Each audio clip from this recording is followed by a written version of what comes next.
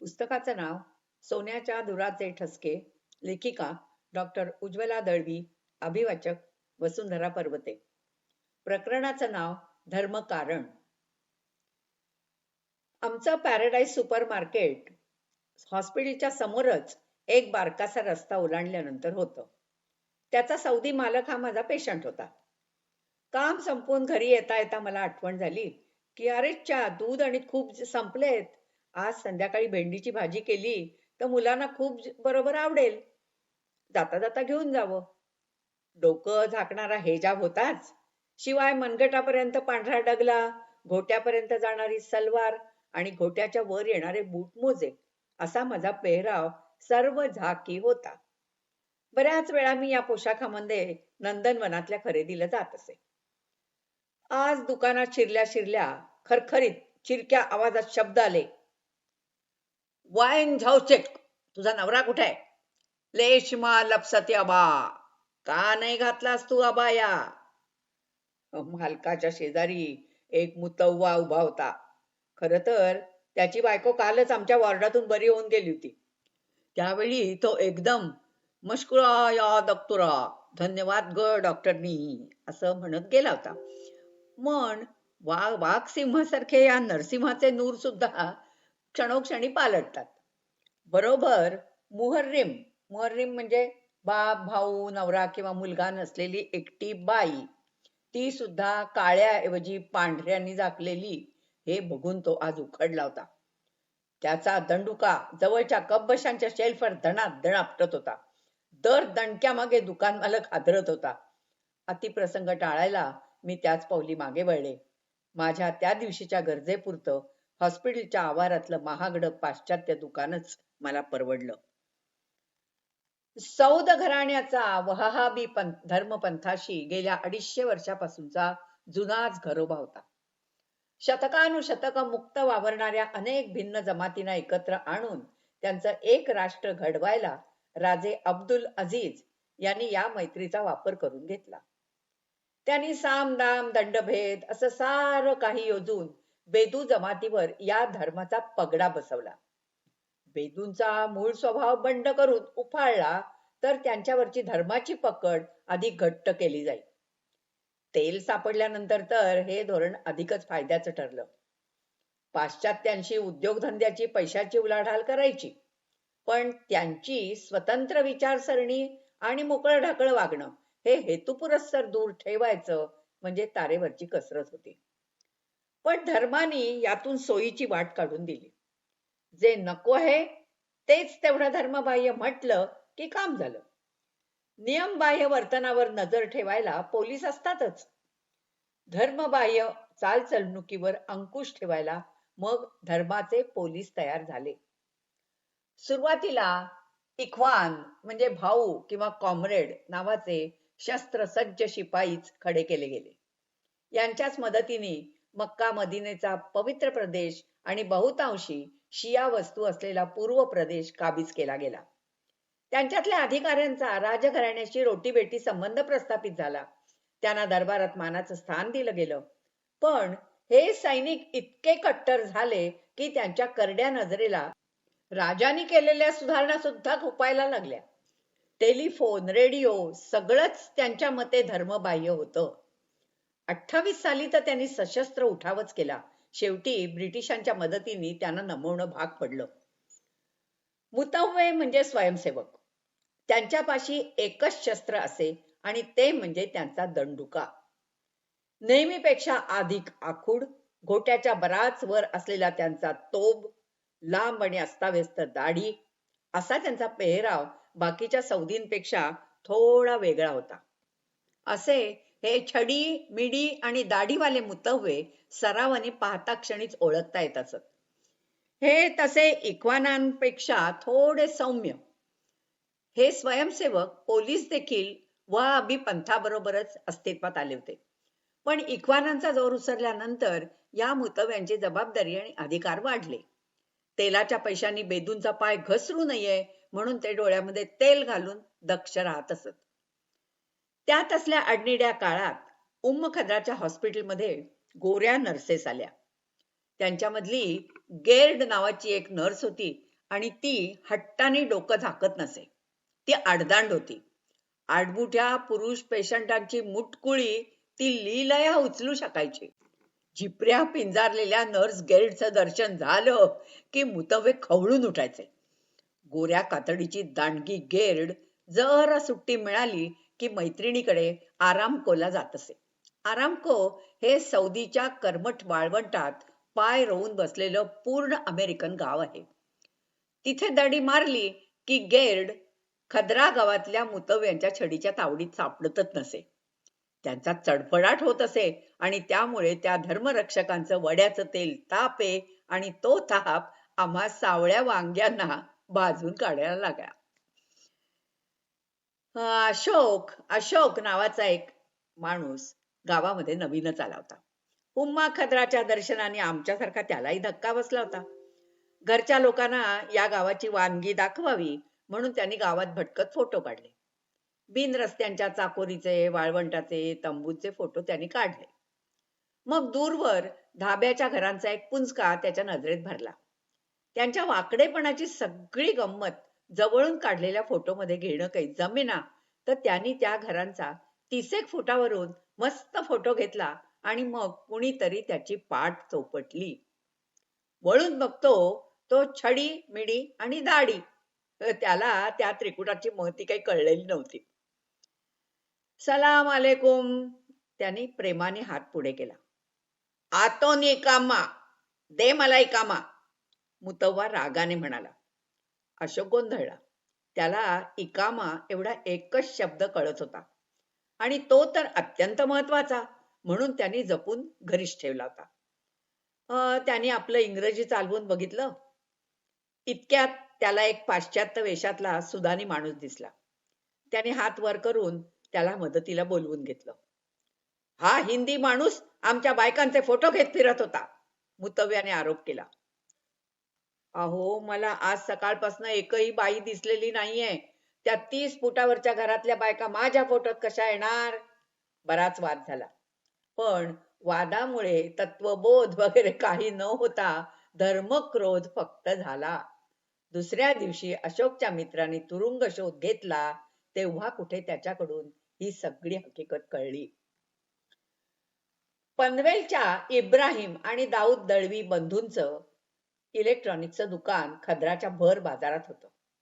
आमची सगळी खरेदी त्या दुकानात किंवा त्यांच्या सल्ल्याने होत असे.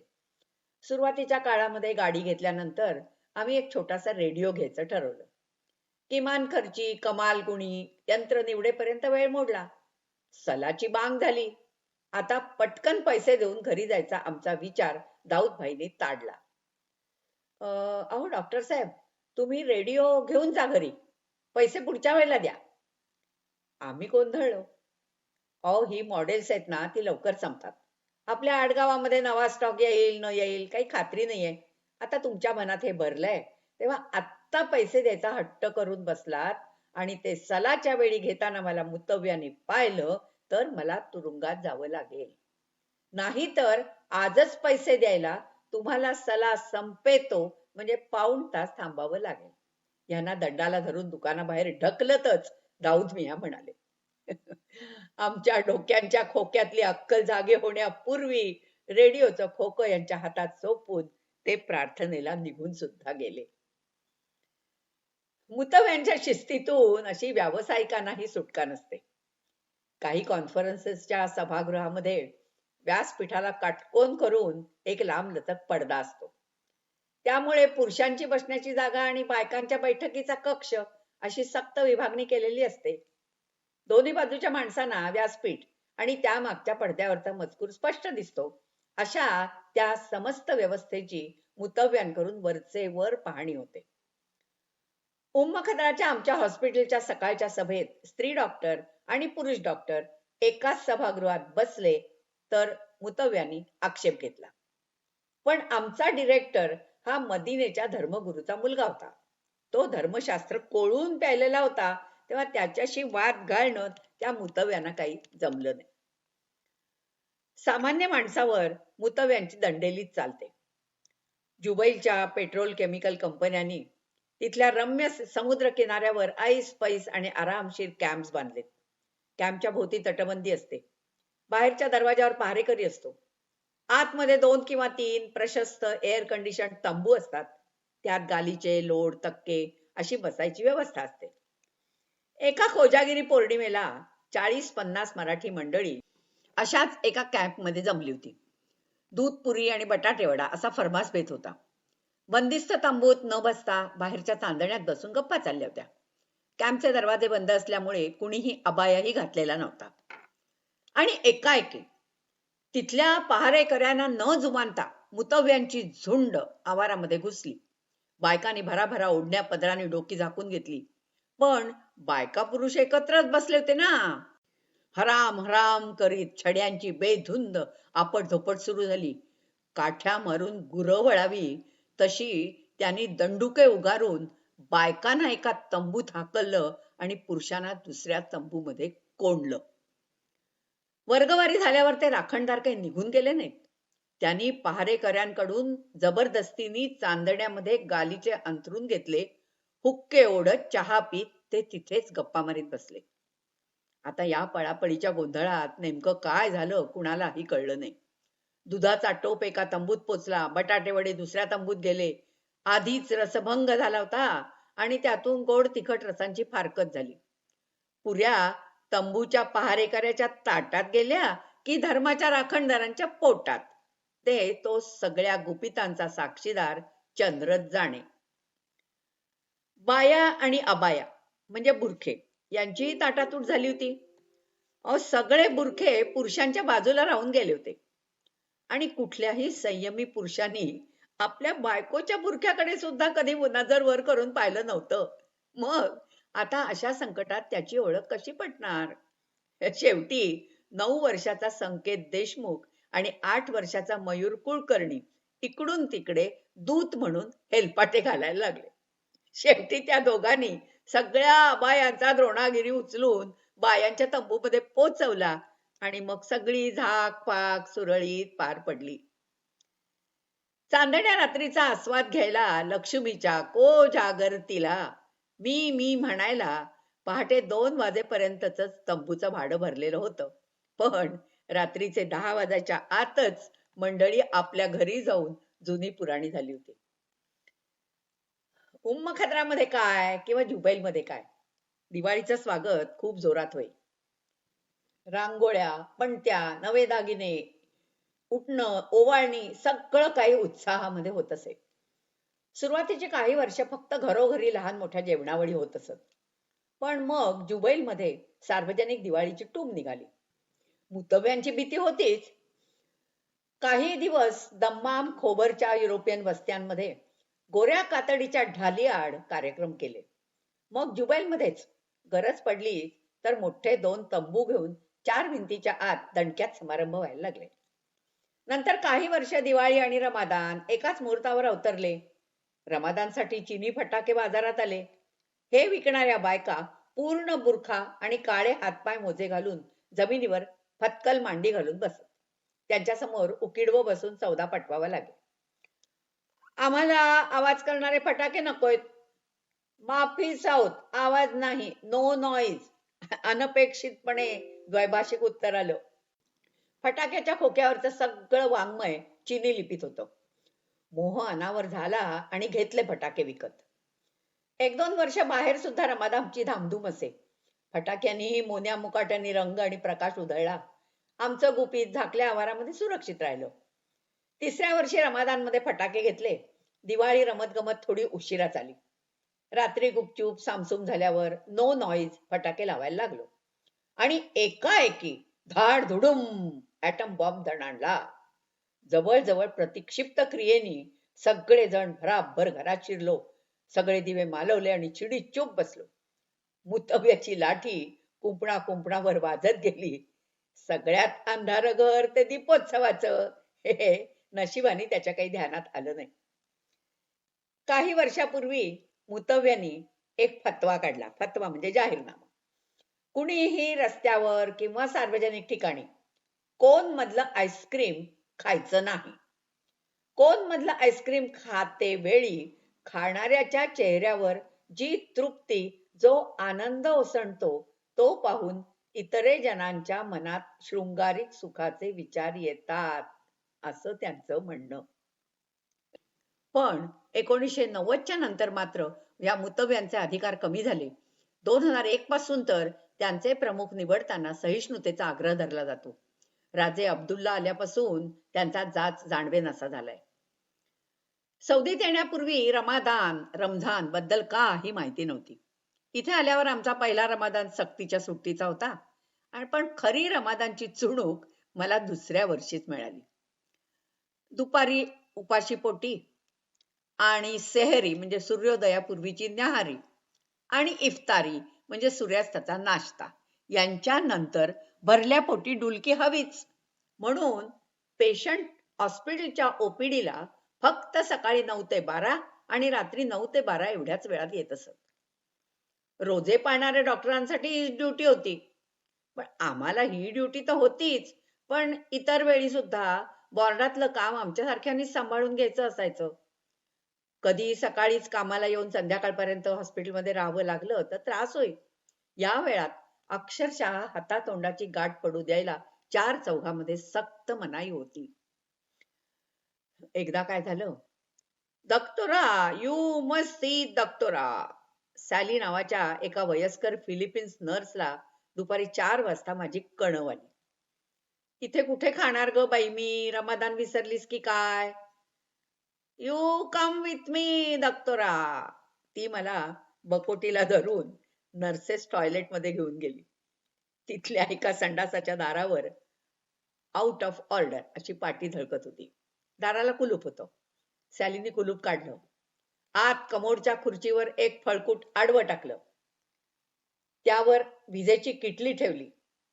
पाठीमागच्या पाण्याच्या टाकीवर नूडल्स सूप अशी झटपाणी पटखाणी अशी होती. तिने मला आग्रहाने नूडल्स करून दिले आणि बाहेरून कुलूप लावून पहाऱ्याला उभी राहिली. पहिला घास माझ्या घशामध्ये अडकला, पण मग मात्र भूक खवळली. घासातुरांना भय लज्जा घाण कशाचीही बाधा होत नाही, हेच खरं. या महिन्यामध्ये समस्त सौदी प्रजा दिवसभर पेंगुळलेली असते. सूर्यास्ताची वेळ जवळ आली की त्यांच्या गाड्यांच्या अंगामध्ये वारं येतं. रस्त्यावरचे सगळे नियम मोडून त्यांच्या मोटारी भर धाव दौडायला लागतात. रोज 1-2 तरी मोठे अपघात नक्की होतात. असाच एक भयंकर अपघात बघून एका पोलिसाच्या थाटीमध्ये इतकं धडधडलं की तो इमर्जन्सीत दाखल झाला. किती वेड्या वाकड्या गाड्या हाकतात नाही माणसं. उगाच स्वतःच्या आणि दुसऱ्यांच्या जीवाशी खेळ. तुम्ही त्यांना वेळी शिक्षा का करत नाही? मी त्याला सुनावलं. दक्तुरा, या पवित्र महिन्यात मरण आलं तर सरळ स्वर्गाला जातो माणूस. म्हणून रमादानमध्ये नियम तोडायला परवानगीच असते. जवाब बिनतोड होता. रमादानच्या काळामध्ये एखादं जरी जेवण चुकलं तरी मला त्रास होतो, अशी माझी कुरकुर होती.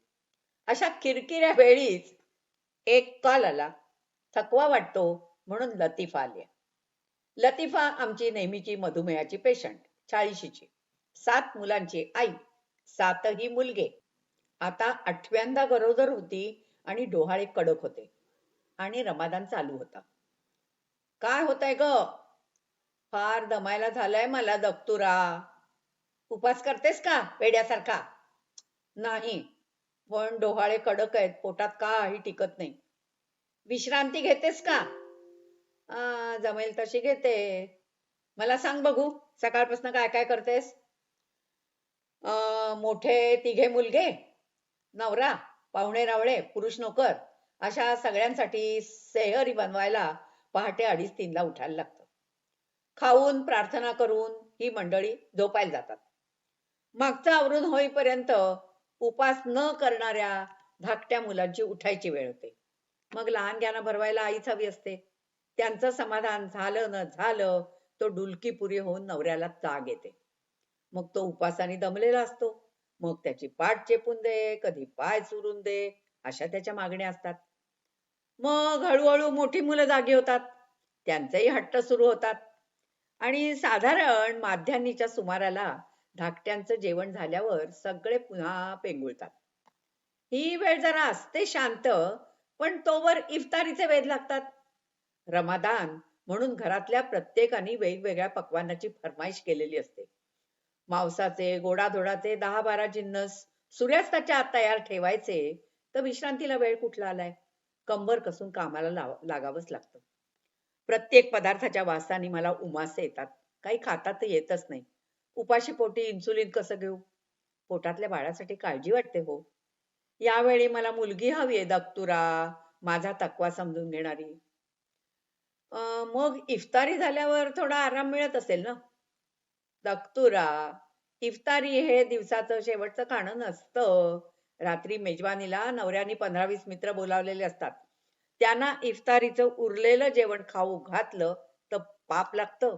त्यांच्यासाठी पूर्ण स्वयंपाक नव्याने करायला लागतो. मग ते सगळे रात्री उशिरापर्यंत हुक्का ओढत गप्पा मारीत बसतात आणि त्यावेळी त्यांना पुन्हा पुन्हा गहवा लागतो. चघळायला, तोंडात टाकायला काही ना काहीतरी लागतच राहतं आणि तोवर मला टेकताच येत नाही. पण मग नवऱ्याला का नाही सांगत? नवऱ्याला जर मी थकले असं म्हटलं ना, तर राग येतो. तो म्हणतो, "आमचा उपास असला तरी आम्ही अजून बसलोय. तुझा तर उपास सुद्धा नाहीये. मग तू दमतेचच कशी?" आजपर्यंत कशीबशी जीव ओढीत राहिले हो दत्तुरा, पण आज मला उभं राहायची सुद्धा ताकद नाहीये. अरबीमध्ये म्हण आहे, रांधपाच्या रगाड्याने बाई थकून गेली आणि पंगत एका दिवसभरात जेवून निघून गेली. अशा घरातल्या घरकामाच्या मुली झोपायला मिळत नाही म्हणून पळून जातात. त्यांना अम्नेस्टी इंटरनॅशनल सारख्या संस्थांकडून पाठिंबा मिळतो. लतीफा आहे घरातली मालकीण, तिने कुठे जावं? क्रमशः